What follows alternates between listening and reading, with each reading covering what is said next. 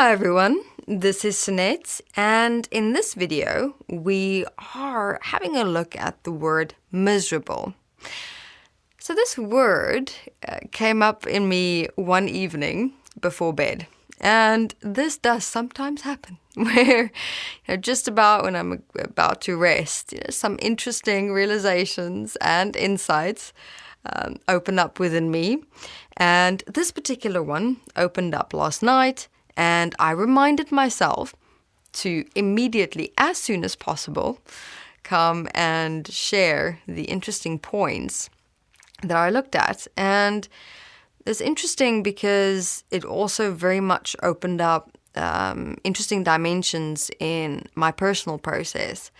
And so, therefore, saw it very specific to also accordingly share with you this very interesting point to guide you in your process of understanding your relationship with words within yourself. All right. So what opened up in me when I looked at the word miserable was miser and able. Okay, miserable. Now, from there, played with the words and the sounding of it and looked at the context of enabling the miser, miserable. So, here also introducing a little bit to you about how I also, through just everyday life process throughout all the years could also start playing with words and the sounding of them. And in doing that, it also opens up some dimensions inside myself, my personal process, that I can look at and work with. And so opening up this word and sounding it in this way, the enabling of the miser, and also understanding the principle of how emotions are accumulated within ourselves and our minds, which happens over time.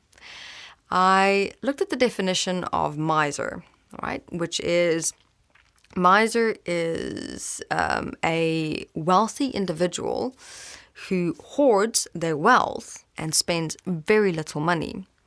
Now, let's have a look at that in an equal parallel to the mind consciousness system, our minds. And what is the wealth of the mind?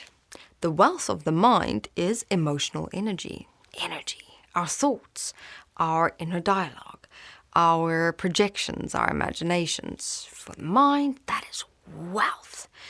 And in also taking that into consideration, now having a look at bringing through the point of how we tend to, if we become miserable, what happens?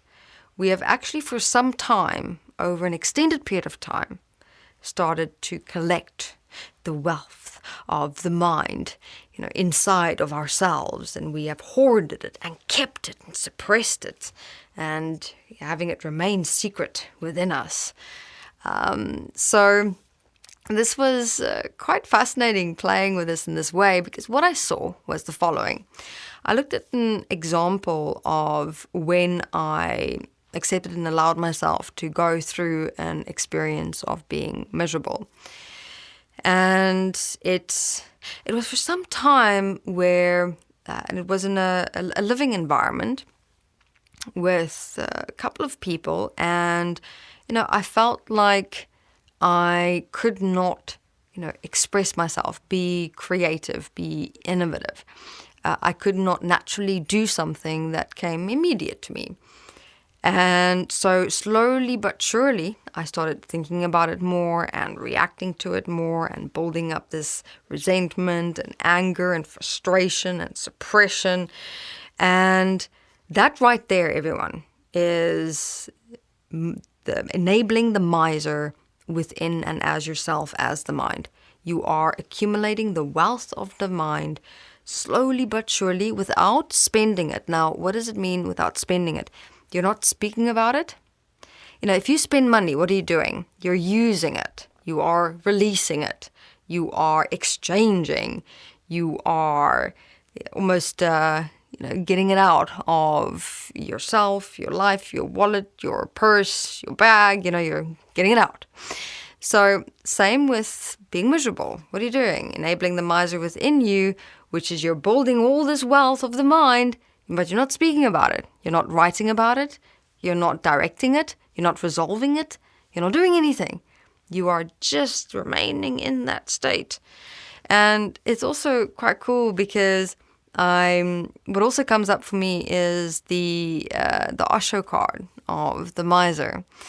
And you see like this almost a very old, decayed, vampirish lady, and she's got all this wealth, collected. And that's kind of also what I felt happened to me during that time, where I almost died. The life in me, the best in me, my potential, while my mind's wealth was busy accumulating all these emotions and thoughts and inner dialogues and experiences, until, I finally realized, this is in a way killing me. I need to do something about this. And then I started talking about it, writing about it, resolving it within myself, and then asked. And I realized, so many interesting things that I initially didn't ask because I assumed that, no one could do anything within a certain environment because I picked up, little things here and there. And so I started thinking or believing that, okay, oh my goodness, I can't touch anything.